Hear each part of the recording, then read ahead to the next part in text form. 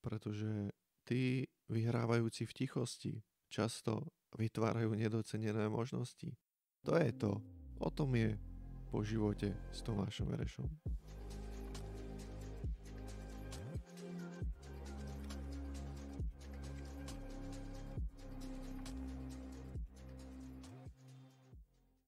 Skôr ako začneme, chcem poďakovať pánovi Milánovi Jaknešákovi, že aj vďaka nemu sa tento rozhovor mohol udiať.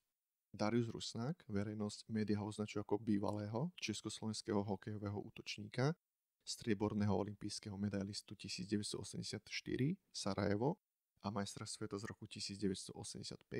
Kto je? Ako sa definuje samotný Darius Rusnák? Aká je vaša definícia? Doste. Tak ťažko hovoriť o sebe a definovať sa nejako. Ja sa môžem len definovať tým, že hokej som mal veľmi rád a tomu hokeju som prispôsobil v podstate celý svoj život. A preto som mu ostal aj verný, aj keď som mal počas mojej hokejovej kariére strašne veľa zranení. A definícia asi to, že keď nemáte rád šport a hokej, tak ten hokej nemôžete robiť. Ale ja som ho chcel robiť a som rád, že sa mi to podarilo. Vaša cesta sa začala 2. decembra 1959. Do akej rodiny ste sa narodili? Narodil som sa do skromnej rodiny. Obidvaja rodičia, mama aj otec pochádzajú. Mama pochádza z Tisúc, otec z Oravy, kde ozaj mali ťažký životy a v podstate ja hovorím, že to bolo aj dobré z toho dôvodu, že sme boli skromní a všetky veci, ktoré napríklad som aj dostal alebo si vybojoval, lebo som si vybojoval, som si veľmi vážil. Narodili ste sa do skromnej alebo skromnejšej rodiny, ale rodičia vás vychovávali v tom duchu alebo vám štepovali tie hodnoty, že Darius, môže dokázať, čo chceš, svet môže patriť tebe, alebo skôr dresa pri zemi nemá veľké očakávania? Tak musím tak povedať, oni vyštudovali obidvaja vysoké školy. Mama pedagogiku a otec právo. Takže nejaké to zázemie, čo sa týka vzdelania, sa snažili poskytnúť aj mne. A potom samozrejme aj môjmu bratovi Jurajovi. Čiže to bolo veľmi dobré a mali sme ozaj taký dobrý prehľad o živote, aký je. A ja som hrdý, že v podstate, aký som mal rodičov, čo v podstate z vidieckého dedín, čo dosiahli. V akom veku ste prvýkrát prišli do kontaktu so športom a o aký šport sa jednalo? Tak prvé moje športové úspechy, by som povedal, boli na Deň detí. Ešte som mal, 4-5 rokov. V Banskej Bystrici sme bývali a bol som na závodách na kolobežkách, ako v Deň detí, keď sa robili rôzne preteky a to bol môj prvý taký, by som povedal, závod, ktorý som aj vyhral a pri tej príležitosti som dostal takú umelú hokejku. No a tým pádom začal som hrávať hokej, ale nehral som len hokej, ale hral som aj futbal a vôbec všetky také, by som povedal, tie kolektívne športy. Z vášho uhla pohľadu, aké ste boli dieťa? Tak to by bolo najlepšie, keby odpovedali na moja mama alebo otec, keď žil ešte, že aké som bol dieťa. Ale v určitom spôsobe som bol taký stižiadostivý. Keby sme to otočili len na šport, tak nerad som prehrával a som bol taký, som povedal, skôr taký víťazný typ. Keď zostaneme ešte v tom detstve, tak dostali ste nejaký darček, na ktorý si dodnes pamätáte? Alebo opačne, že túžili ste po nejakom darčeku a nikdy ste ho nedostali? No, treba rozlišovať darčeky, ktoré človek potreboval pre ten život. Pre mňa darček boli napríklad tepláky, nové kopačky alebo dostal v hokejku, to boli také ozaj pre mňa darčeky, ale najviac, čo doteraz aj mám, som dostal raz takú kryštálovú vázičku, malú, keď som bol na turnaji v Košiciach, kde som sa stal najlepším strelcom a doteraz ju mám a v podstate mi stále pripomína moje hokejové začiatky. Základná škola, opäť z vášho uhla pohľadu, akým ste boli žiakom počas základnej školy? Tak, to by som povedal, že som bol celkom slušný študent alebo žiak vtedy, že mal som prehľad, ak som už spomínal o svojich rodičoch a samozrejme mi aj pomáhali pri škole. No ale my sme boli, aspoň čo poviem, v Banskej Bystrici, keď som chodil na základnú školu, tak od 5. ročníka som chodil do experimentálnej školy, čo sa týkalo ako športu. To bola čisté hokejová trieda. A tam sme sa venovali samozrejme hokejom. Počas tej základnej školy, aký bol váš najobľúbenejší predmet a predmet, ktorý ste doslova neznášali? Najobľúbenejší predmet určite bol zemepis, lebo rád som študoval mapy, preto vždycky, keď som aj išiel niekde do zahraničia, potom už neskôr vždy si to pozrel na mape, kde to bude presne a tak. Takže aj keď sa napríklad boli rôzne športové podujatia, či to boli olympijské hry a tak poviem príklad, že som študoval potom, keď boli v Mexiku, olympiáda, tak som študoval, kde je tá krajina. Takže toto bolo, by som povedal,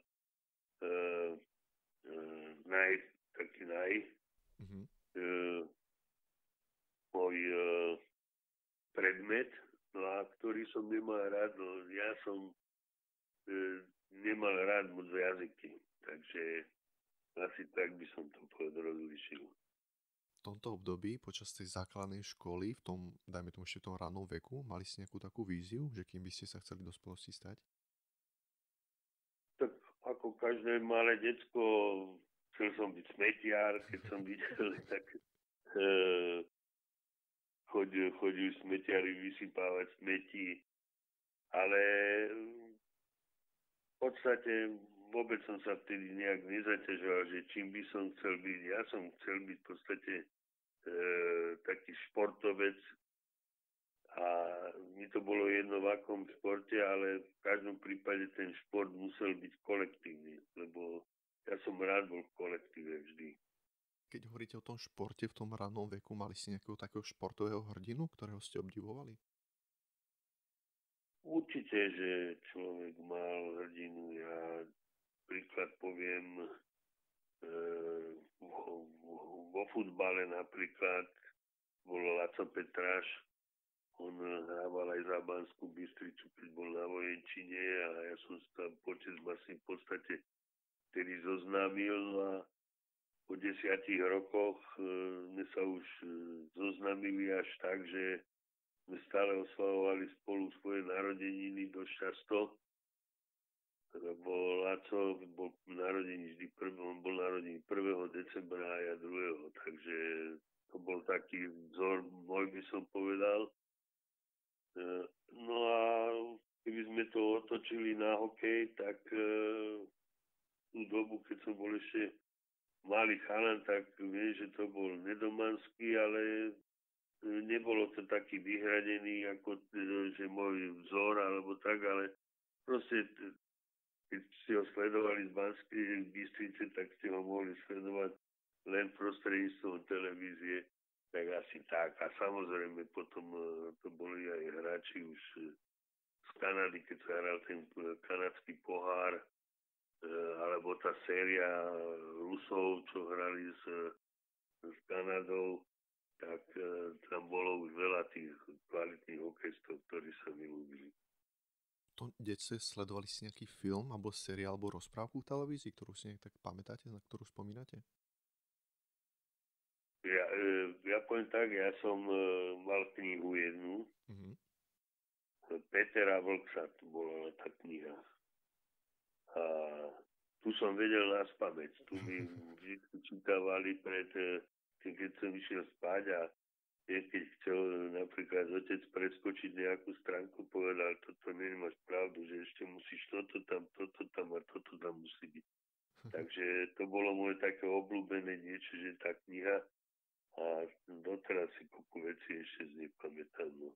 A potom neskôršie ako filmy, no tak boli to Vimetu, keď už som bol ale trošku starší a ja neviem, potom rozprávky, ja viem, ktoré tam mohli byť. My sme pozerali dosť aj Tvrdomravec a takto. Akú najhoršiu vec ste detstve vyviedli, ak máte nejakú takú skutočne, že takú dosť zlú vec? Tak by som povedal, také huncústva sa vždy vyviedli, takže to boli síce určite také, nie že veľké veťarstvá, ale také malé, ale chodevali sme, ja neviem, na Čerešne, do záhrad, tam sme utekali, nás naháňali, takže napríklad takéto veci, no. Mali ste samozrejme pekné detstvo, ale aká je taká vaša najkrajšia spomienka na detstvo, ak máte niečo také? Tých spomienok bolo veľa, lebo ja som chodeval veľmi rád do Oravskej polhory. Tam mi žil ako starý otec a stará mama z otcovej strany. A tam som bol v podstate v tom dedinskom prostredí, čiže chodil som krávy pás, husy pás, seno zvážať, ja neviem, krmiť prasatá. A mne sa to ako mestskému chlapcovi strašne ľúbilo a tam som mal aj kopu kamarátov a veľa zážitkov. Kúpali sme sa aj tie polhoranské rieky, ale museli sme si najprv postaviť z kameňov múr taký. Takže toto boli také ozaj obrovské spomienky moje na mladosť. Po ukončení základnej školy, na akú strednú školu alebo na akú učňovku ste sa rozhodli ísť a prečo práve na tú školu? Tak ja keď som mal po 7. ročníku, čo som bol v Banskej Bystrici, tak sme odišli ako rodina do Bratislavy, čiže tu som vychodil ešte 8. a 9. za školu ako základnú a potom som bol akože chcel som ísť veľmi na gymnázium, čo nakoniec sa mi aj podarilo si spomenúť gymnázium Bílikova, kde je ozaj veľa známych ľudí študovalo. Tie vaše začiatky v tom hokeji, tak tie boli také, že ste v tom hneď vynikali v tom hokeji, alebo ste sa zo začiatku tak nejak s tým trápili? No, ja som dosť vynikal, ja som bol dosť tak akože veľa gólov som dával a musím povedať, že to už bolo tak od tých 11-12 rokov, čiže bol som vždycky v popredí a bol som jeden ten, čo najviac tých gólov dával a ťahal muskul. No. Hovorili ste, že ste sa venovali rôznym športom, ako aj futbal. Prečo nakoniec ste sa rozhodli všetko venovať tomu hokeju a nie futbalu napríklad? Úplne jednoduchá záležitosť.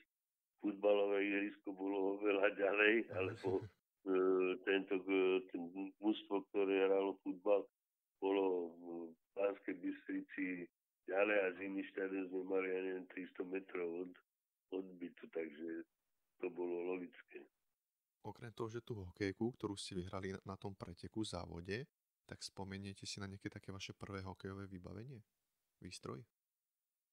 Človek by musel vidieť niektoré moje fotky staré, čo mal, tak viem, že celú výstrojku, kedy človek v podstate to bolo ťažko zohnať, tak sa dedili po rôznych hráčoch výstroja a bola koľko razy úplne, by som povedal, zničená, tak moja mama ju musela celú poopravovať a to boli, by som povedal, keď sme tu teraz mali exemplárne historické kúsky, takže nejaká poriadna výstroj to nebola. To bola v podstate najnutnejšia vec. A spomeniete si na nejaký váš taký prvý strelený gól, alebo nejaký taký pamätný, na ktorý si najviac pamätáte v tých začiatkoch? Tak viem len toľko, že mali sme tak, že súťaž, kde som hral v tom stredoslovenskom kraji a tréner povedal, že ak vyhráme zápas, museli sme vyhrať, 17 gólov sme museli dať a to bol 100 gól v sezóne. Uh-huh. A dotedy som dal len z tých 16 gólov len asi 2 a tak, ale keď prišiel na to ten z tých gól dať, tak v podstate som skoro z toho ľadu nezliezol, až nakoniec ja ten víťazný gól, ten gól som dal a dostal som za to hokejku. Takže to je taký zážitok dobrý. A viem, že o tom ešte aj rozprávala moja mama stále, že lebo tréner, čo ma trénoval, tak oni spolu učili na pedagogickej fakulte v Banskej Bystrici. Pán Lehocký, Janko Lehocký a povedal, že uvidíš, to rozprával máme, že uvidíš, že keď príde na ten 17. gól alebo z tých gól kto dá, že to bude tvoj syn, lebo on je taká potvora, že to si nenechá ujsť. A stalo sa tak. Stalo sa, samozrejme. Čo vás tak fascinovalo, alebo čo vás tak fascinuje na tom konkrétnom športe, na tom hokeji? Viete čo, mňa asi len to fascinovalo, že keď som bol ako malý chlapec, že chcel som stále vyhrávať, byť medzi kopu kamarátmi a to bolo asi tak všetko, lebo ráni, že my tie skromné podmienky sme mali na hokej a tak a to sme to v podstate dostávali všetko zadarmo. Takže to by som nepovedal, že ma až fascinovalo, ale proste sa mi to ľúbilo, mal som ten šport rád a bol som stále v prírode a preto ja som bol aj veľmi málo, ako keď som už bol v tom veku od tých 8 rokov málo chorý. Keď ideme teraz na to gymnázium ako pubertiak, tak patrili ste tým, ktorí chodili von, fajčili, pili, chodili na diskotéky alebo boli si srdcomajiteľom športovec? Nehovorím, že som bol svätý, že som bol dobrý študent, ale v podstate už tam bolo rozhodnuté, že ten hokej budem brať vážne, takže som sa viac zameral na hokej a mal som tam aj vedľa seba dosť kamarátov, ktorí tiež robili vrcholovo šport, by som povedal, jeden bol futbalista, ďalší bol, ja neviem, judista, takže do takej dobrej partie som sa aj dostal. No a ako každý mladý chlapec v tom roku, jak sa hovorí, ste už pozerali aj po dievčatách, tak to by som povedal, že tiež bolo veľmi zaujímavé. Takže kopu toho bolo. Po ukončení toho gymnázia odišli ste na povinnú alebo základnú vojenskú službu? Nie, ja som nešiel na povinnú vojenskú základnú službu. Ja som ako študoval na právnickej fakulte a samozrejme tam po tých 2 rokoch ste museli absolvovať, ja neviem, to 5-týždňové vojenské sústredenie, tak a potom ste išli po skončení štúdium, ste išli na 1 rok ako absolvent na vojnu a to som išiel do Jihlavy. Dúkla Jihlava, tak. Keď ste odišli do tej Jihlavy, tak vedeli ste si tam predstaviť vašu budúcnosť, keďže samozrejme vy ste ten domov mali na Slovensku, ešte poviem to tak? Tak ja už domov som mal, lebo ja som odišiel, už som bol ženatý, mal som chlapca malého, takže že ten domov som mal a vedel som, čo ma na tej vojne čaká. Predsa len to bolo také stredisko najlepšie, čo sa týka hokeja, ako keď ste boli na vojne a ten jeden rok mi utekol strašne rýchlo a ešte dokonca sa mi to darilo, takže ozaj výborne bolo. Keď ste vstúpili do tej dospelosti, ako poviem to tak, že ste si odkrútili tú vojnu, ako ste študovali, tak boli si niekedy nútení alebo odkázaní pracovať, alebo ten šport hokej vás dokázal uživiť? Ten hokej ma dokázal uživiť. Ja v podstate, ak som začal hrať za mužov, tak sme sa stali takými zamestnancami, by som povedal, chemických závodov Juraja Dimitrova. Mm-hmm. A tam som už dostával normálne plat. Sice ten plat nebol žiadne veľký, bolo, ja neviem, 1300 korún som dostával, ale predsa pre chlapca, ktorý má 17-18 rokov, už to bol peniaz a v podstate sám sa začal živiť. No. Spomínate si, čo ste si aj kúpili z takej prvej tej športovej výplaty odmeny v tých začiatkoch? To si spomínam, presne. Som si kúpil gramofón, Tuzexe dokonca a to som dal peniaze, ktoré som si v podstate zarobil hokejom. Akú hudbu ste počúvali v tom období, keď ste si kúpili gramofón?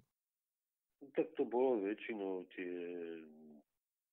rôzne pesničky v tú dobu, čo leteli, ja neviem, bolo to Smokey, King White, ja neviem, Donna Summer a takéto skupiny, samozrejme Beatles a zo slovenských jednoznačne to bol Karol Duchon, to bol môj aj kamarát výborný, takže jeho pesničky sme počúvali a tak ďalej. No.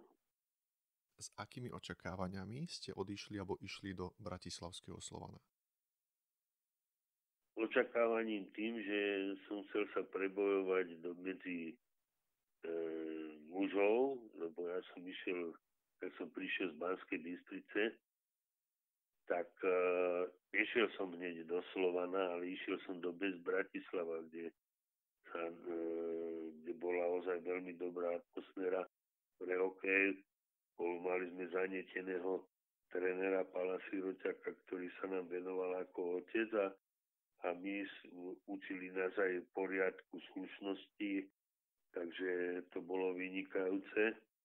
No a po 2 rokoch v Beske som išiel do dorastu Slovana, kde po 2 rokoch som sa prebojoval až do seniorského tímu a tam v podstate začínal svoju hokejovú kariéru, čiže mal som 17 rokov. V tom kolektíve, keď ste tam boli, tak bolo to také, že vás tam hneď prijali do toho kolektívu alebo museli ste si tam nejak vybojovať to miesto? Vždy si, keď idete do kolektívu, musíte si to miesto nejakým spôsobom vybojovať. Či je to hrou, či je to, neviem, svojou takou šikovnosťou, že viete zapôsobiť na hráčov a tak, no ale my sme boli mladí, tak sme držali veľmi pokope a bola tá mladickosť a tým, že sme takto pokope držali, tak nás posúvala ďalej a ďalej, až sme sa stali stabilnými hráčmi v Slovane. Mali ste v živote niekedy plán B, že čo ak by to v tom športe hokeji nevyšlo?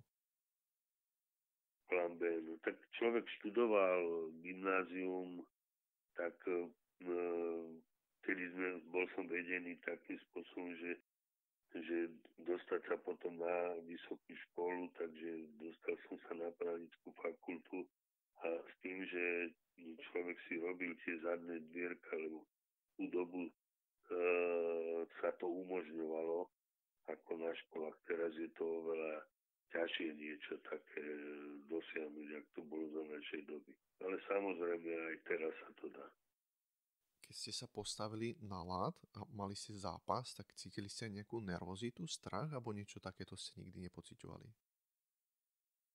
Tak podľa toho, v akej dobe to bolo, bol ten zápas, tak poviem príklad, keď som hral prvé zápasy pred 8-9 tisíc divákmi, tak samozrejme, že človeku sa trasli kolienka. Tak, alebo bol som na majstrovstvách sveta v národnom ústve, tak tiež sa mi roztrasli kolena. Ale musím povedať, že vždy to so mňa opadlo a práve ja som rád hrával takéto stretnutia, kde o niečo išlo, lebo ja som sa psychicky na to dosť tak osobne vo vnútri pripravoval a samozrejme potom aj takou životosprávou pred takýmito podujatiami. Mimo Československa ste ešte pôsobili 4 úspešné roky vo Fínsku. Bolo to pre vás ťažké opustiť to, kde ste teraz niečo znamenali, kde ste niečo vybudovali a začať, tak povediac, od znova v novej krajine? Tak ten sen do toho Fínska som nemal. Ja som chcel ísť pôvodne do Kanady hrať NHL, len tú dobu v podstate vám nariadili, že môžete ísť do Fínska, tak som išiel do Fínska. Nakoniec ja ďakujem, že som v tom Fínsku bol, lebo som tam ozaj strávil krásne 4 roky aj s rodinou a iní doteraz, musím povedať, ma pozývajú na ich rôzne dni, ja neviem, ako Kuopio, Pesto Kuopio, keď boli rôzne výročia hokeja alebo športových podujatí, takže mám tam ináč celkom akože slušné zázemie a som hrdý, čo som napríklad aj v tom Fínsku dosiahol, lebo Fíni si ma doteraz ešte pamätajú. Tie začiatky v tom Fínsku, nebola tam nejaká taká jazyková bariéra z vašej strany v tých začiatkoch? Tak samozrejme, lebo my v tej dobe sme sa učili len po rusky. Neučili sme sa aj v anglicky a tak. No a tá finština, to je strašne ťažký jazyk. Niektorí spravím, ale ak to som už aj spomínal, že čo som nemal rád na škole boli jazyky. Takže pre mňa to bolo dosť ťažké. Ale potom v podstate človek učil aj Fínov po slovensky niečo. Vedel som niečo angličtiny, čo som sa zase na škole učil trošku, či nejaké slova. Potom ja po fínsky som sa učil, takže keď sa to dávalo tak dokopy, tak vždycky sme sa nakoniec nejak dohodli. A bolo aj veľa smiechu pri tom a proste dohovoril som sa nakoniec. Lebo viete, keď komunikujete v kolektívnom športe, tak musíte sa vedieť dohodnúť.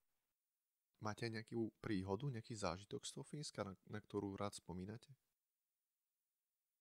Tých príhod bolo veľa, ale môžem spomenúť takú jednu vec, že prišli sme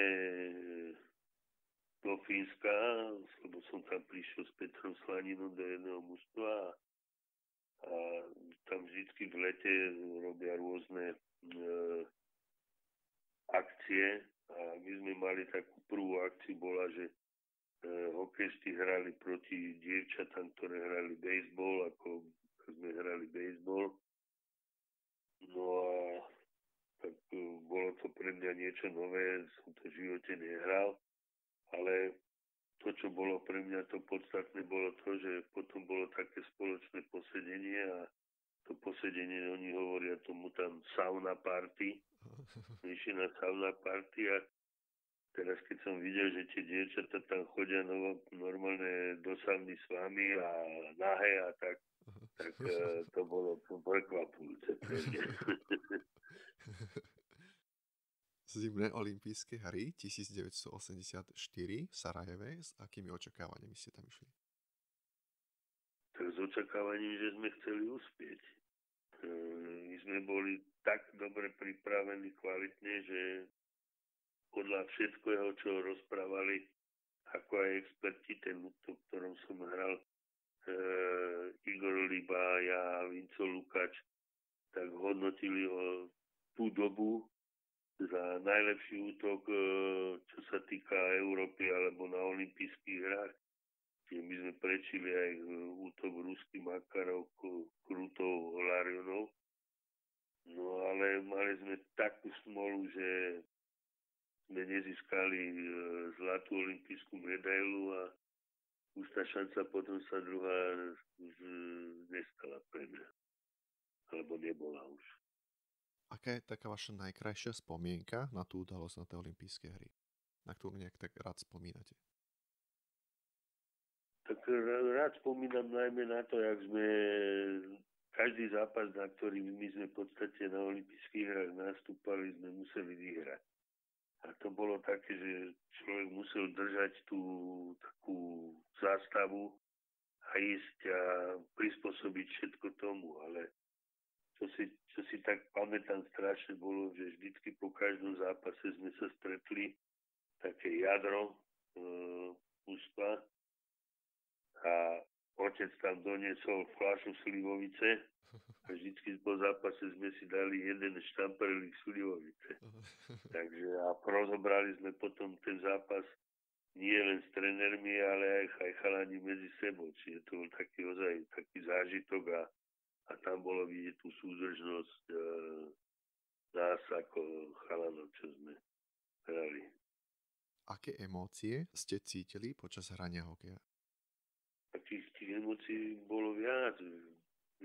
Emócie boli, keď sme vyhrávali, tak človeku všetko išlo jednoduchšie. Keď ste prehrávali, zase horšie. Potom koľko razy ste si povedali, že už kašlem na ten hokej, keď ste boli zranení a vážne zranení. Takže tých emócií bolo nespočetné množstvo, ale každá tá emócia mala ten základ úplne iný. Čo vy osobne tak považujete za váš najväčší úspech kariéry? No jednoznačne majster sveta. Dokonca som bol druhý Slovák, ktorý viedol československú reprezentáciu po Golonkovi.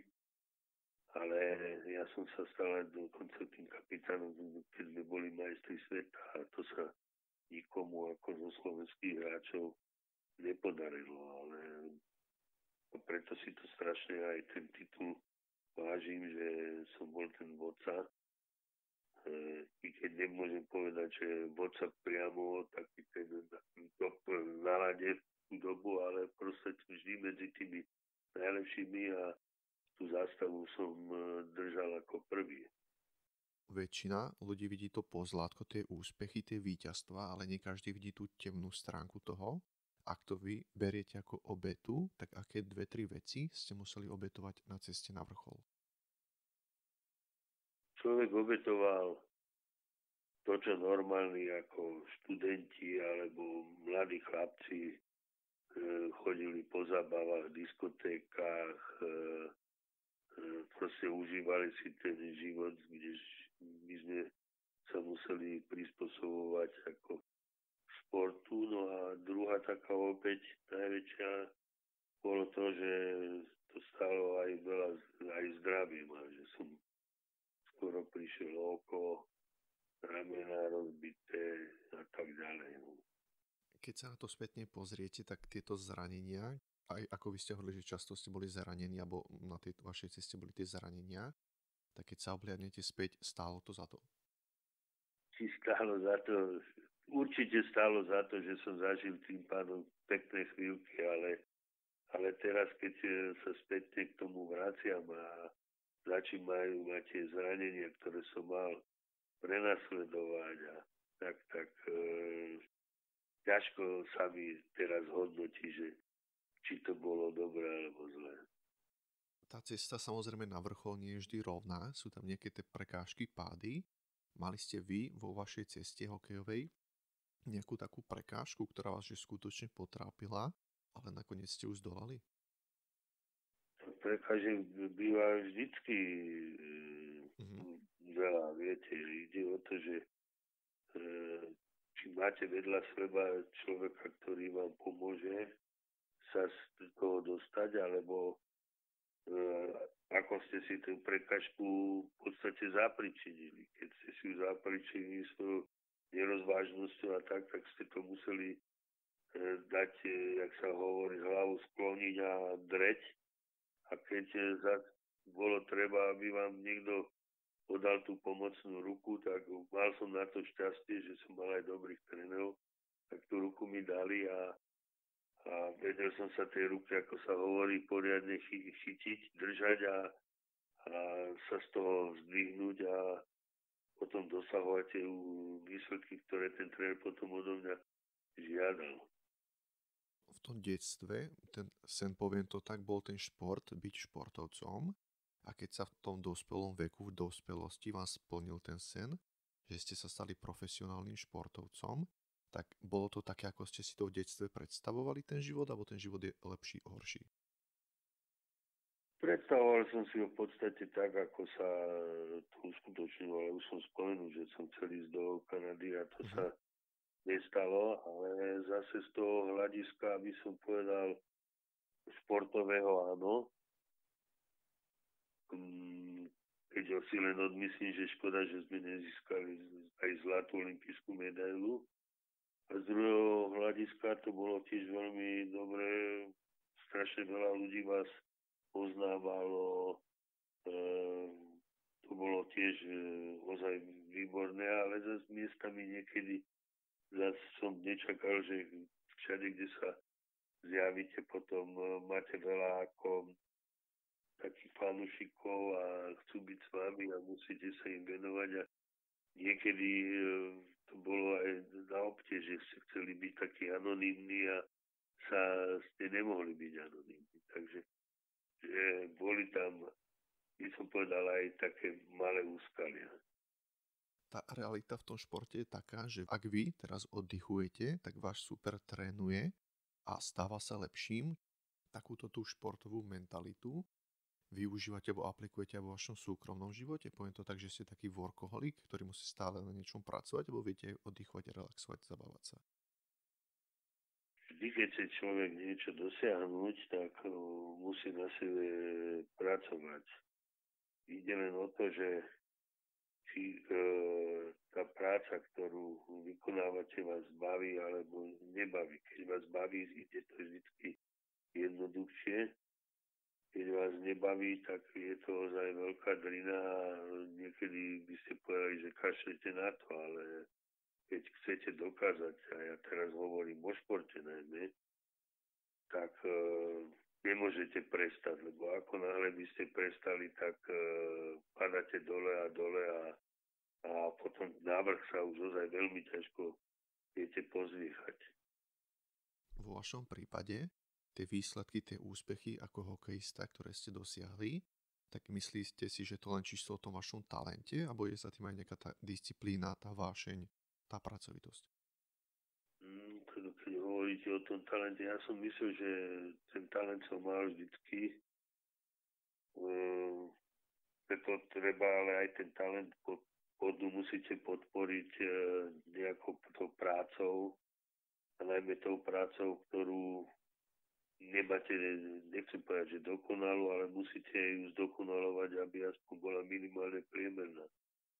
A ja som ťažil najmä z toho, že som mal takú, by som povedal, hokejovú hlavu, predvídavosť a to som sa snažil čo najviac rozvíjať a nakoniec som to dokázal, že som bol v určitých veciach ozaj na vysokej úrovni. Čo je, alebo čo bolo najvzrušujúcejšie na kariére športovca? No, tie krásne zážitky po tých rôznych víťazstvách, keď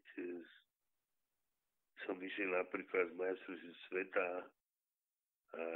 v Prahe, čo sme boli a sme vyhrali a po diaľnici ma viezla moja priateľka, ktorá sa o mesiac potom stala manželkou a prišli sme na Slovensku a Sekule, tam je pumpa, kde sa zastavili a teraz tú pumpu akurát tam opravovali a tí robotníci hodili lopaty do jarku, ako sa hovorí, a len som im sa chceli rozprávať, aby som im rozprával kopu zážitkov z majstrovstiev sveta, takže to človeka strašne tak motivovalo a potom bol neskutočne rád, keď sme prišli domov, že ako si nás ľudia vážia, ako nám fandili počas majstrovstiev sveta. No a to sa prelínalo nie len čo sa týka reprezentácie, ale aj Slovan Bratislava, že keď sme sa stali majstri Československa, všetci ľudia v podstate, čo sa zmestili, vybehli na ľadovú plochu, nosili vás na ramenách a tak, takže to boli ozaj krásne športové zážitky, na ktoré nikdy nezabudnete a keď vidíte ešte napríklad, keď sú televízne zábery z týchto rôznych podujatí alebo tak strašne rád to sledujem. Napriek všetkým tým úspechom, víťazstvám, ktoré ste dosiahli, tak počas vašej kariéry stúpala vám niekedy sláva do hlavy? Že ste, poviem to tak, že lietali v oblakoch? Ale stalo sa aj to, že človek si myslel, že už som veľa toho dosiahol a teraz, že si budem môcť tlačiť podmienky a tak.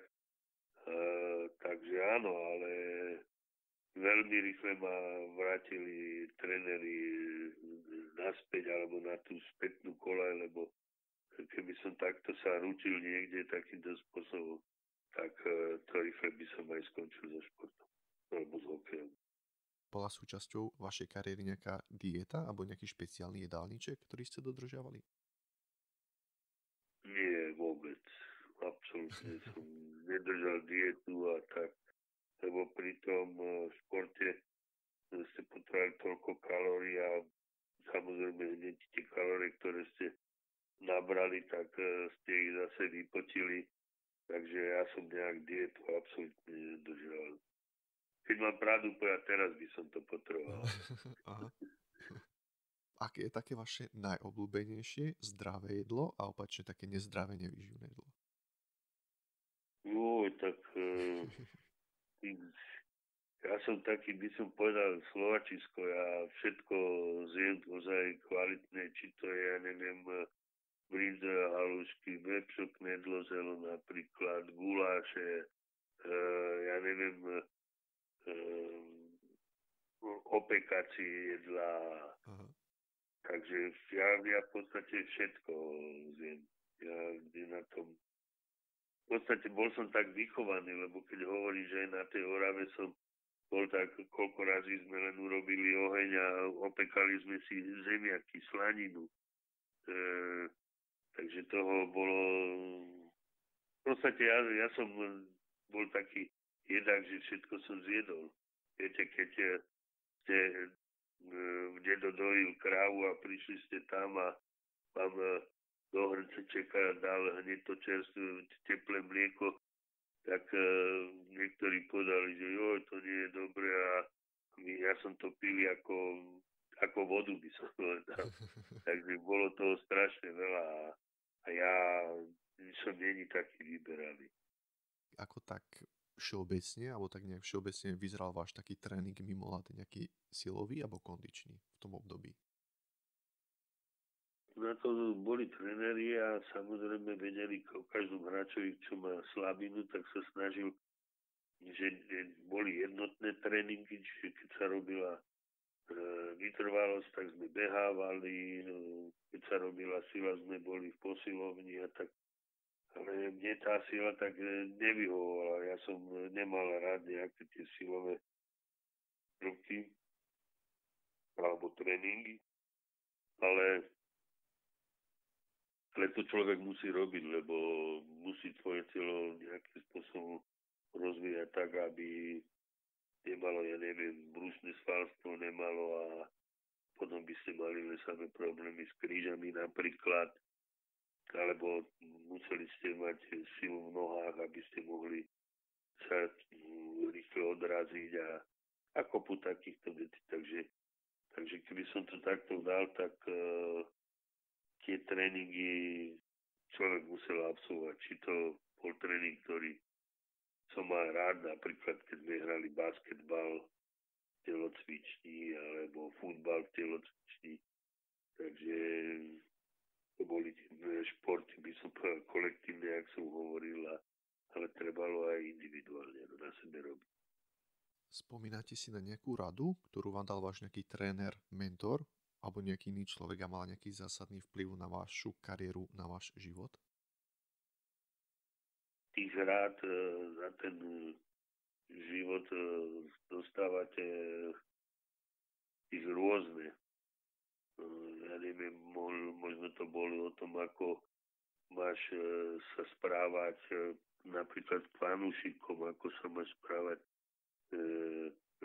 svojim priateľom, potom ja neviem, ako sa máš správať, keď chceš dosiahnuť dobrý športový výsledok, že ja neviem, musíš dodržiavať životosprávu, potom ja neviem, ako sa máš správať svojmu dievčatu a tak, čiže tréneri, by som povedal, boli takí druhí rodičia, ktorí suplovali niekedy rodičov a tých hrát bolo nespočetne veľa. Čiže to bolo okolo hokeja, ale aj tých hrát bolo strašne veľa aj mimo.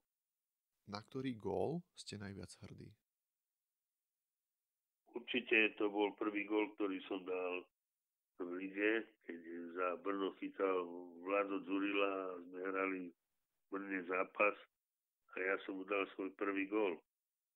A Vládkom, keď ma potom trénoval, alebo sme sa stretávali, tak vždycky som mu rozprával o tom, že prišiel mladý chlapec, čo nemal ani 18 rokov a ti dal gól a ty si taká obrovská hviezda. V podstate najväčší hokejista na Slovensku, ktorý sa narodil. Takže mal som z toho aj veľký potom taký zážitok a presne si aj pamätám, ako ten gól som dal. Počas vašej kariéry mali ste nejakého takého súpera, či už obrancu alebo brankára, ktorého ste sa nejak báli? Alebo ste ho nemali v láske? Ja by som nepovedal, že bál. Nikdy som sa nikoho nebál, ale rešpekt človek mal pred kvalitnými hráčmi. Tak napríklad boli to Rusica, vynikajúca Petica, čo bola Petisov, Kasatonov, Larionov, Makarov, Krutov. Čiže tých rešpekt sme mali, museli sme brániť s nimi a tak. Ale to vyplývalo z tej povahy, keď vás viedol ale tréner, ktorý bol kvalitný, napríklad spomeniem teraz pána Ľuďka Bukača, čo nás trénoval v Národnom ústve, tak ten nás viedol k tomu, že áno, rešpekt musíš mať pre tých hráčov, ale nesmieš sa ho zlaknúť, lebo ako ukážeš, že sa trošku bojíš, tak ten zápas si určite prehral. Číslo vášho dresu, viaže sa s tým nejaký príbeh alebo dôvod, prečo práve také číslo? Tak ja som v podstate nosil 3 čísla. Najprv som nosil 15, to mi posunul v Slovane Julo Haas, lebo on bol tiež hokejový pravák ako držaní hokejky a ja tiež zastupujúci a vtedy pravákov veľa nebolo. Potom, keď som išiel do národného mústva, tak bol Marian Šťastný, ktorý v podstate končil, tak povedali Češi, ty budeš Marian, ten vždy reprezentoval Slovensko, akože Slovákov v národnom mústve, Československo, tak som mal 18. A potom som mal ešte tretí dres a to bolo v Okínsku 20 a oni 20 považovali, že to musí byť líder, tak mi ju dali po jednom Kanaďanovi, ale nespomínam si, aký Kanaďan to tam bol. Pre mnohé deti je ten šport hokej nejaká tá vášeň, zábava, ale vy keď ste začali robiť ten hokej na tej profesionálnej úrovni, že vás to začalo živiť, tak zmenil sa nejaký vzťah nejak k tomu športu, alebo stále ste to brali ako vášeň, hobby, zábavu? Určite ten vzťah sa zmenil, lebo najprv, keď ste boli mladý chlapec, tak ste chceli sa dostať niekde do toho mužstva a hrať ten hokej na vysokej úrovni. Ale samozrejme k tomu sa potom pridávali ďalšie veci, že začali ste mať rodinu, tak vedeli ste, že tú rodinu musíte zabezpečiť, čiže tá snaha musela byť čo najväčšia, aby ste sa ukázali potom, aby ste mohli potom, ja neviem, ísť hrať do zahraničia a tam zarobíte peniaze, aby človek na konci svojej kariéry mal toľko zarobených finančných prostriedkov, aby ich mohol potom nejakým spôsobom využiť pre ďalší život. A na ktorý váš výkon ste najviac hrdí a opačne, ktorý taký váš výkon bol vašim najväčším sklamaním? Už som spomenul, že taký veľký úspech, by som povedal, boli také tri body. Bol to víťazstvo majstra sveta, potom olympijská medaila a prvý slovenský klub, ktorý sa stal majstrom Československa. Mm-hmm.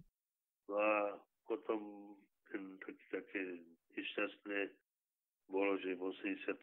sme sa stali majstri sveta a v 86. sme všetky zápasy prípravné alebo turnajové vyhrávali a prišli sme do Moskvy v 86. na majstrovstvo sveta, aby sme vybuchli a skončili sme až 5. Takže to bolo také pre mňa smutné a samozrejme potom aj to, keď sme vypadli zo Slovanu do druhej ligy.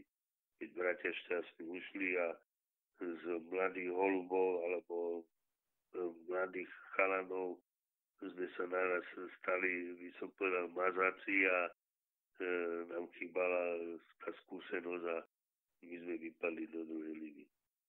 Mali ste nejaký rituál pred každým zápasom? Nie, nemal som žiadny. Máte za sebou aj množstvo cestovania na tie zápasy a tak ďalej. Máte nejakú takú príhodu z cestovania, či už nejakú pozitívnu alebo negatívnu, ktorú by ste tak vypichli, spomenuli? Ono tých pozitívna vždycky bolo, keď sme išli niekde, kde človek ešte nebol. Tak keď ja neviem, prvý raz, keď sme leteli do Kanady, tak bol pre mňa obrovský zážitok. No ale potom samozrejme boli aj také veci, že človeka to ten šport nejakým spôsobom pri tých cestovaniach unavoval. Viete, keď ste chodevali, ja neviem, stále po tej diaľnice do Prahy, keď sme chodevali autobusom, tak už sme vedeli presne, kde každý vymol a hrbol, tak sme vedeli. No ale človek tým, že ten šport vykonával, tak vedel, že musí cestovať, musí chodiť, hrávať do iných miest alebo krajín. A ja som už spomenul, že rád som mal zemepis a preto pre mňa cestovanie, by som povedal, bola väčšia zábava ako nejaká ľudskosť. Po skončení kariéry nenastala taká prázdnota vo vašom živote? Že kto ja som, čo teraz budem robiť? Nenastal, som sa trošku hľadal, že či budem tréner, či budem funkcionár, lebo ja som stále pri tom hokeji ostal, takže z tohto pohľadu ja som neprerušil, by som povedal, tú kontinuitu byť pri tom športe, no ale v živote potom sa stali rôzne veci. Môjmu synovi mal vážny taký úraz, nehodu a tak som sa musel potom starať so ženou o ňoho. No a trošku vám ušiel vlak, no tak sme sa dali, potom som začal pracovať v kancelárii prezidenta, u prezidenta Šustra a potom ešte u pána prezidenta Gašparoviča. Takže tam som strávil 15 rokov a tiež si to nesmierne vážim, kde ma ten hokej v podstate mi dopomohol, aby som aj tam mohol byť alebo pracovať. Čo vám najviac chýba z toho obdobia, z tých čas, kedy vy ste boli aktívni hokejista, boli ste na ľade? Veci bolo strašne veľa. Napríklad chodevali kamoši, ja neviem, na rôzne výlety, by som povedal, opekačky a ja som musel byť doma. Mali sme tréningy a strašne veľa odriekania bolo, čo som nestihol a toto tak trošku tým mojim priateľom alebo mladým ľuďom, keď som ja hrával, som závidel.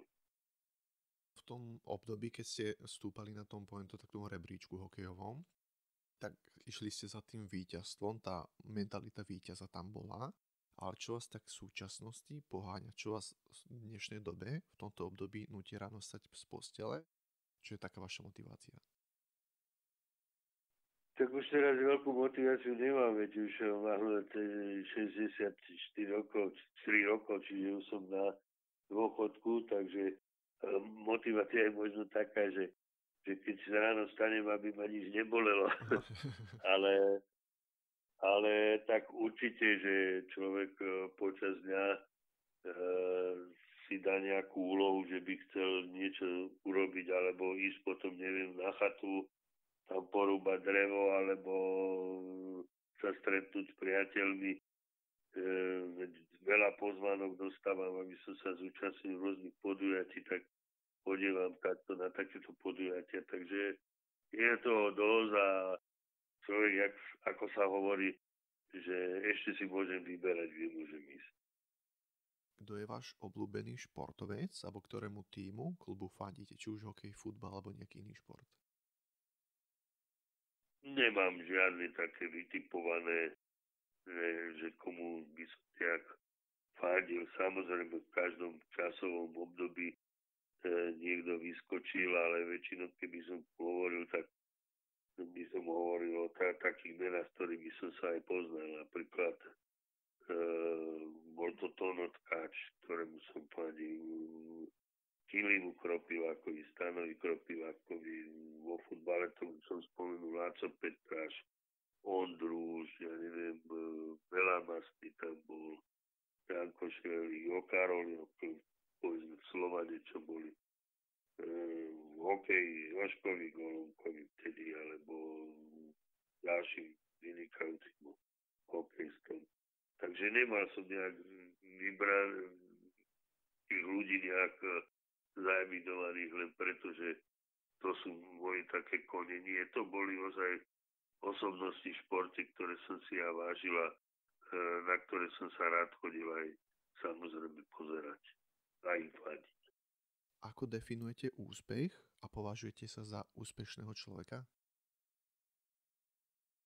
To musí hodnotiť niekto iný. Ja to môžem hodnotiť len to, čo som dosiahol, ale či som ozaj bol úspešný, to musia hodnotiť iní ľudia. Tie všetky víťazstvá, ocenenia, úspechy urobili vás šťastným alebo nemali vplyv na to, ako sa vo vnútri cítite? Človek je hrdý, keď dostane nejaké to vyznamenanie. Ja neviem, keď som dostal od predsedu vlády, mi odovzdal štátne vyznamenanie, alebo som mal zaslúžilý majster športu a tak, keby som spomínal ďalej. Takže určite, že človek na to je aj hrdý, ale vždycky to muselo byť podmienené tou tvrdou prácou. V súčasnosti, aké máte také obľúbené filmy, seriály? A tak sem tam si pozriem v televízii niekedy, keď sú rôzne tie seriály a tak, ale čo dosť často pozerám a každý muž, myslím si, že to tiež raz pozerá rád, tak je jeden taký film, že Pretty Woman, ktorá to pozerám, tú krásnu babu ženskú. Čo sa týka kníh, ak máte vzťah ku knihám, máte nejakú takú knihu obľúbenú, alebo nejakú knihu, ktorá vás nejak ovplyvnila ako človeka? Viete čo, ja rád čítam knihy, by som povedal, také, čo sa udialo napríklad, ja neviem, politike, vo vojne, v športe a o jednotlivých, príklad športovci vydávajú teraz rôzne publikácie o sebe, o svojom živote, ako žili. Tak rád si takéto knihy prečítať. Čiže nemám nejakého autora, veľmi ako v pamäti, že ktoré knihy by som rád čítal, ale sú to takéto knihy. Viem, že ešte v tých úplne tých začiatkoch môj otec bol taký, nechcem povedať, že horolezec, ale rád chodeval na túry, tak nakupoval knihy, najmä o Himalajách, kde lozili ako tí šerpovia, alebo rôzni horolezci na tie kopce a teraz tie zážitky, čo zažili a kopu obrázkov, takže takéto knihy som si rád prečítal a si prečítam aj teraz. Ak by ste sa mohli vrátiť a žiť v nejakej dávnej minulosti, napríklad gladiátori, faraóni a tak vrátili by ste sa do nejakého takého obdobia a žili tam život niekoho? Viete čo? Nie. Ja som rád, v akom období žijem. V podstate nezažili sme my aspoň žiadne vojny, lebo keď mi rozprával môj dedo, že keď ešte v prvej svetovej vojne bol a na Pijave a že sa vyhrabal z kopu medzi mŕtvými, už bol zahrabaný a že som sa vyhrabal a tak a rozprával mi zážitky o vojne a tak, takže že ja som rád, že také niečo sa nezažil a dúfam, že ani nezažijem. Keď si odmyslíte tie fakty alebo tie veci, ktoré sa teraz dejú, že je tu vojna, je tu nejaká tá finančná kríza, inflácia, tak ako sa pozeráte na dnešný svet? Ako vidíte dnešný svet? Tak určite, že vojna nie je nikdy ako príjemná, že je to dosť také ťažké hodnotiť, lebo človek to nevidí, ale zase z druhého hľadiska neviete príčinu, prečo tá vojna vznikla, sú rôzne názory na to a viete, kým tým názorom sa dostanete, tak prebehne strašne veľa vody alebo pretečí veľa vody a máte presne tak, jak neviete doteraz, ako zabili Kennedyho napríklad. Takže sú také veci, ktoré musí človek strpieť. A čo sa týka zase tej politiky u nás, tak som smutný z toho, čo sa deje, lebo ozaj tá naša republika, keď sme ako sa stali ako Slovenská republika, tak išla dosť veľkými krokmi dopredu a ľudia sa začínali mať ozaj veľmi slušne na úrovni a tak. Ale viete, keď sa dostane garnitúra niektorá tomu, ktorí nemajú ešte skúsenosti a mali by nadobúdať tie skúsenosti a takýmto spôsobom dostali do problémov našu republiku teraz finančne a vyhovárajú sa stále na, ja neviem, na COVID, na vojnu a tak v iných krajinách to tak neexistuje, ak je to u nás. A to ma strašne mrzí a preto poviem pri mne, že ten záujem o politiku ja mám, sledujem to, ale zase je to pre mňa trochu taká smutná teraz doba. Súhlas. V tom období, ešte keď ste dospievali, vyrastali, tak nikdy ste nad tým neuvažovali, že by ste odišli z Československa niekde preč? Tak bolo zo začiatku, že som ten záujem, nie že mal, tak chodilo veľa do skautov, aby som utekol do Kanady a relatívne aj sa to nie že stalo, ale mohlo sa to stať, ale vždycky som nejak potom ma to pribrzdilo, že predsa len mám tu brata, rodičov a keď som také niečo urobil, to viem, že by trpeli, tak som to, tak v podstate som to zavrhol. Máte rád zemepis? Aká taká krajina mimo Slovenska alebo mimo Československa je vášmu srdcu blízka a prečo?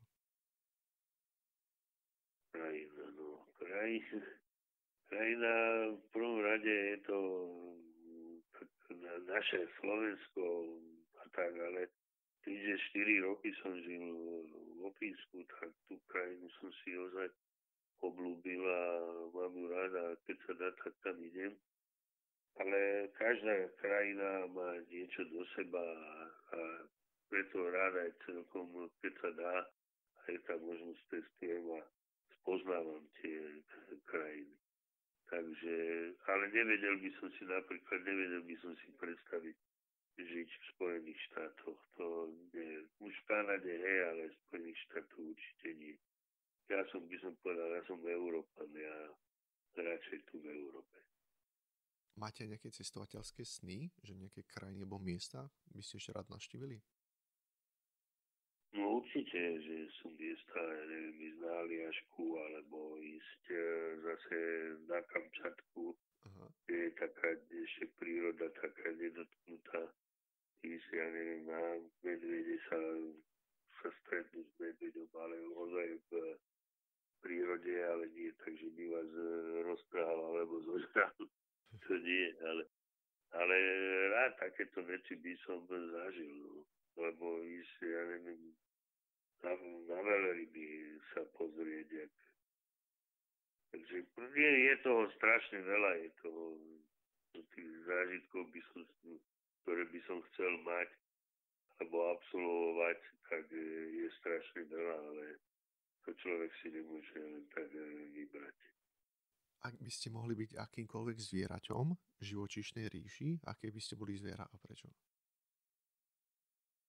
Tak možno aj tým medveďom. Možno aj tým medveďom, že v podstate v našich v našej krajine tie sú nemajú nejakého nepriateľa, že si žijú tým svojím takým monotónnym životom a tak. Takže asi ten medveď, lebo ja by som to tak povedal, že keď ho naštú, no tak potom vie rozdať, ale není ten medveď taký, že by bol agresívny, ho musí byť vyprovokovaný ešte nie. No ale keď je zase tých medveďov premnožených strašne veľa, to ak máte Číňanov, tak tie sa stávajú tam rôzne veci. Ak by ste sa mohli vrátiť do akéhokoľvek obdobia vášho života, do akého by ste sa vrátili a prečo? Tak je to od tých 15 povedzme do 40 rokov. To by som sa rád vrátil. Mali ste nejaký taký vytúžený klub, za ktorý ste snívali, že jednoho dňa budete hrať, alebo že by ste chceli hrať? To je určite, že bol Slovan Bratislava. Tréfoval som to strašne a potom, keď vezmeme, bola to reprezentácia. To bol ozaj ten dres tým znakom československým, to bolo akože super hrať. A som si to nesmierne vážil, kde som to dotiahol. Čo týka zo zahraničia, napríklad z NHL, tam ste mali tiež nejaký taký vysnívaný klub, tým? To by vysnívané kluby ani neboli, skôr by som povedal, to boli mužstvá, kde hrali vynikajúci hokejisti a ja som si ich vážil. Tak napríklad to bola Philadelphia Flyers, kde hral Bobby Clark, ktorý nemal zuby, proti ktorému som nastupoval párkrát, tak a sa mi ľúbil on tým svojím spôsobom, a aký to bol hokejista, tak preto napríklad. Máte nejaké fóbie? Tak keď sa zastavíte vo výťahu, tak určite. Čo v živote sa najviac bojíte? Som to spomínal, nechcel by som nikdy zažiť ako vojnu, lebo neviem si to ani predstaviť, ak by to bolo to jednoznačne určite. Toto by som nechcel zažiť. No. A potom by som, samozrejme by som nerad zažil, aby som ja skôr, a ja by som ešte žila, zomreli by mi napríklad moje deti, takže to by som nechcel zažiť. Život je aj o prioritách. Keď si to tak porovnáte, tak Darius dnes a Darius, dajme tomu 10 rokov dozadu, ako sa zmenili také vaše životné priority? Tak to bol presne podľa tých období, keď ste sa chceli hrať ako hokej na vysokej úrovni, tak ste všetko podriadili tomu. Keď ste už boli na tej najvyššej štácii v hokeji, tak ste chceli z toho dosť aj tak vyťažiť alebo si to užívať. A potom zase ďalej vedieť sa presadiť ako v ďalšom živote, aby sa mi darilo a tak. Takže každá tá doba alebo ten úsek časový mal niečo pre mňa špecifické. Ja neviem, príklad, narodili sa vám deti alebo synovia, alebo mám synov, tak ste sa im začali venovať a tak, takže pravím, každá doba má niečo do seba. Ľudia, fanúšikovia hokeja vedia, aký ste boli hráč na ľade, aký ste ako otec, rodič. Ja tak, ja poviem si úplne, ja si myslím, že som dobrý rodič. Pokiaľ môžem, tak chalanom mojim pomôžem vo všetkom, čo sa dá. Takže ja si myslím, že som dobrý. Rodič, hovorím o rodičovstve. Z toho hľadiska taký, že teraz ste prísny, tiež taký líder, alebo nechávate takú voľnú ruku, by som povedal, tým deťom? No, to záleží od koľko mali chlapci rokov, lebo teraz už sú dospelí muži. Takže určite, že zo začiatku som ich viedol, povedzme, k športu, nakoniec obidvaja sa točia okolo športu. Určite, že tie skúsenosti, ktoré som nadobudol počas môjho života, som sa snažil mojim deckám ako tlmočiť. Ale že by som bol nejak prísny, to by som nemohol povedať. Skôr by som povedal, že vedeli ma niektoré veci rozsúdiť, ktoré mne nie sú povoli, a tak som mi to musel niekedy aj ráznejšie povedať, že toto nie, ale ja som decka v podstate vôbec som nebyl. Oni viac teraz v tejto dobe už, čo sú starší, si robia všetko, čo chcú oni. Aké 2 rady by ste dali svojmu 18-ročnému ja? No, to na to ani neviem poriadne odpovedať, lebo človek vie, že urobil veľa v živote kiksov, ale zase tie kiksy sa potom jak preniesli a potom ten život zase išiel k dobrému. No, ja by som povedal tak, že možno človek mohol ešte viacej dať tomu športu a mohol dať aj možno viacej aj v tej škole. Aké také najťažšie rozhodnutie ste museli v živote učiniť? No, najťažšie rozhodnutie bolo, keď som mal ten úraz okom, že lebo doktori mi nechceli dať povolenie, aby som hrával, takže som to všetko zobral na seba, čiže som hrával na vlastné riziko. A tiež aj pri tom, jak ten môj syn Ondrej mal ten úraz, tak tiež som sa rozhodol, že nechám všetko, vtedy celý ten hokej, a som sa len venoval jemu. Čiže to sú také, by som povedal, moje najväčšie rozhodnutie v živote. Keď robíte v živote tie rozhodnutia, či už ako bežný človek v súkromnom živote, alebo ako športovec, keď ste boli profesionálni, tak ste sa rozhodovali, alebo rozhodujete sa srdcom, alebo skôr rozumom? Vezmeme ako rodinu, tak sa rozhodujete srdcom, ale samozrejme to, čo strašne milujete, tak tiež to srdce tam má tú podstatnú rolu, a rozumom zistíte až neskôr, že či ste sa rozhodli dobre alebo nie, lebo rozum je taký, že vám niečo káže a urobíte iné, a to zistíte až o pár rokov alebo možno o týždeň, že či ste sa rozhodli dobre alebo zle. Čiže je to veľmi ťažké, ale srdcom vždycky je sa lepšie rozhodovať, ako keď hovorím, lebo to je vaša srdcová záležitosť a väčšinou tie rozhodnutia sú aj vrtké, aj nie vrtké. Akú takú najdesivejšiu vec ste v živote urobili, uskutočnili? Napríklad niekto skočí z padáku a tak ďalej. Máte vy niečo také v živote, že niečo také desivé? Nie, to takéto pokusy. Ja som nerad robil, alebo som ich vôbec nerobil.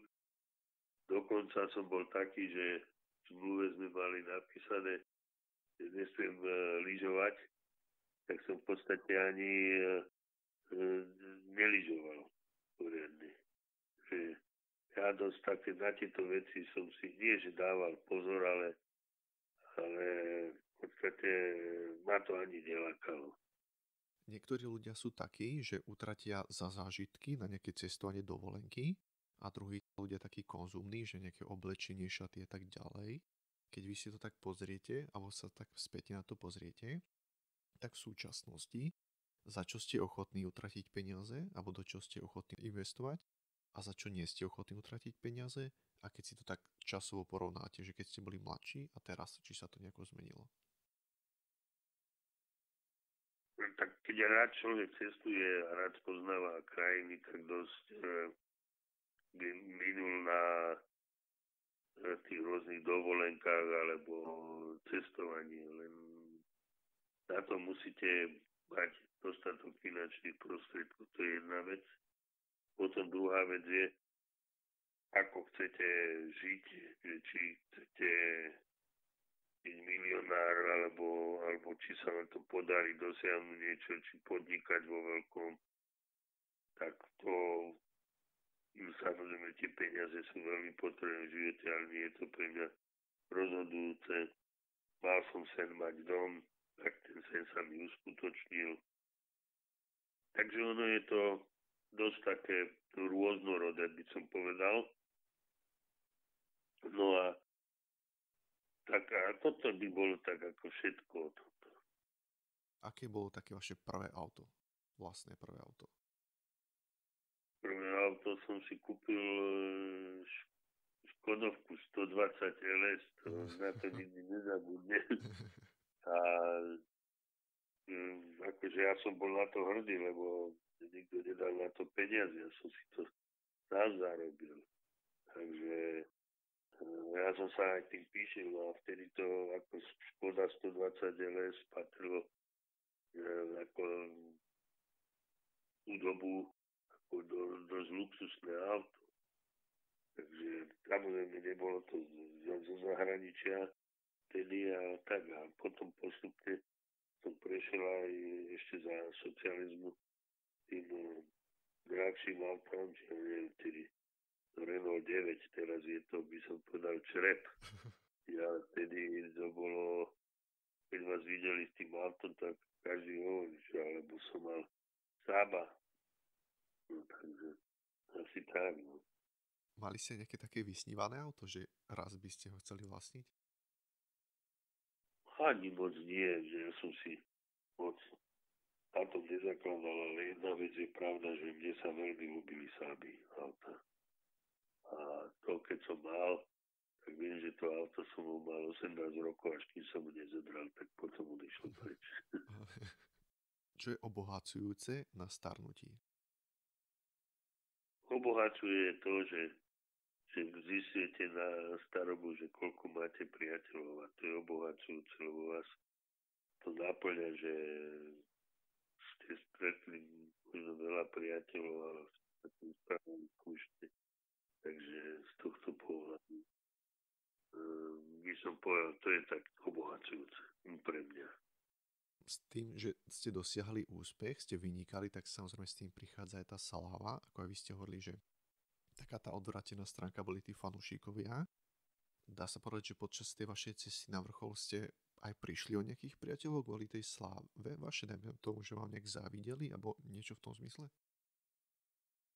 Tak to sa stáva, že kopu ľudí, viete, vám závidí a tak a potom si myslia, že ste namyslení z toho dôvodu, že predsa len ste oveľa viac sledovanejšia osoba, tak sa musíte nejak aj správať a niektorí potom povedia na vás, že ste namyslení, ale nie je to pravda, lebo musíte si držať nejakú takú úroveň.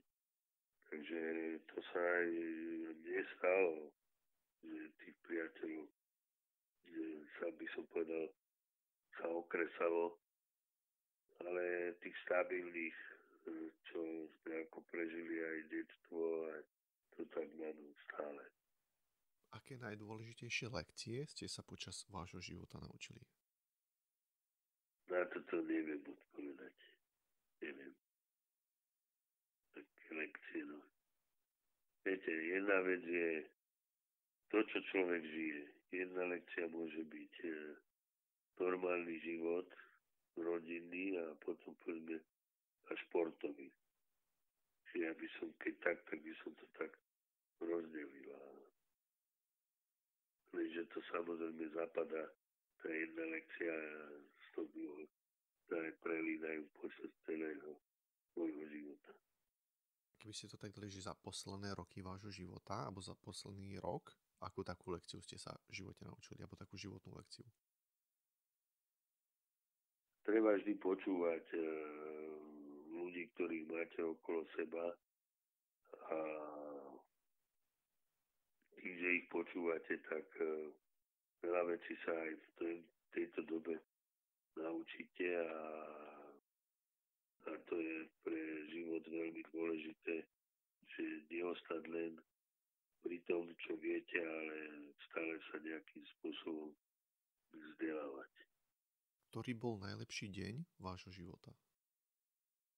Tých dní bolo veľa, viete, každý rozpráva, že keď sa mi narodil syn, alebo tak, to je samozrejme, ale zas rozdeliť to musíte, čo ste zažili v živote a tak a tých krásnych dní bolo strašne veľa, takže ťažko mi je takto vyberať. Akú takú najväčšiu chybu, ak to považujete za chybu, ste v živote urobili? No viem, že jednu takú ponuku som dostal a nie, že som ju odmietol, len som povedal, že potrebujem na to čas a viete, keď dostanete dobrú ponuku, tak buď ju hneď vezmete a keď ju nevezmete, tak už potom, keby ste aj chceli, tak ju už vám nikto nedá. Takže stalo sa aj také niečo. Akú radu by ste dali mladým ľuďom všeobecne? No nech si idú každý za svojím cieľom, čo chce zažiť. A nech sa tomu podredia a nech tomu sa venujú všetok svoj čas. To je najdôležitejšie podľa mňa. Akú radu by ste dali mladým ľuďom, hokejistom, ktorí to chcú dotiahnuť aj ďaleko ako vy v hokeji? Teraz je úplne iná doba, ako bola za mojej éry. Za mojej éry bolo tak, že my sme boli ľudia, ktorí sme sa stretávali na dvore, na ihriskách školských a tam sme ten šport robili. Tiež teraz tí chlapci napríklad prídu len na zimný štadión, kde ich dovezú rodičia a viac už potom vonku nie sú. Čiže nás cibril v tom športe nie len ten zimný štadión alebo ľadová plocha, ale nás cibrila aj ten život mimo ľadovej plochy a kopu zážitkov, čo sme robili a samozrejme tie úctústva tomu patria. Čiže asi toľko. Pre mnohých ľudí ste inšpiráciou, vaše výsledky, úspechy ich inšpirujú, aby pracovali na sebe, čím sa tento svet, toto miesto stáva lepším. Ako si myslíte, že bežný človek, ktorý nejak nevyniká v niečom, v nejakej oblasti, môže urobiť tento svet lepším, krajším miestom? Každý musí si stanoviť svoje priority. Čo by rád chcel robiť. No. A od toho sa odvíjajú aj veci ďalej v tom živote, že či chce, ja neviem, môže byť výskumník môže chcieť, aby vynašiel povedzme nejaký liek proti rakovine, druhý zase môže vyrobiť nejaké súčiastky, keď sa venuje astronomii na rakety, aby mohli ľudia ísť do vesmíru a tak ďalej. Čiže to je strašne, by som povedal, rozlišné, ale to záleží od jednotlivca, od toho človeka, a čo by chcel dosiahnuť. A preto aj čo sa týka ako mňa, tak ja väčšinou, keď môžem tých mladých ľudí posúvať, alebo sa snažím s nimi rozprávať, každému hovorí šport, lebo šport je predsa len taká vec, že ohľadom tvojho života, že ti môže predĺžiť tvoj život, ale zase sa hovorí aj z druhej strany, že s profesionálnym hokejom trvalej invalidite, že sa dostanete. Takže to si tiež každý musí takto uvedomiť a potom počítať na prstoch, čo je plus a čo je minus a tam ísť. Potom by som povedal po tých plusoch. Kto je takou vašou inšpiráciou v živote? Kto vás tak inšpiruje?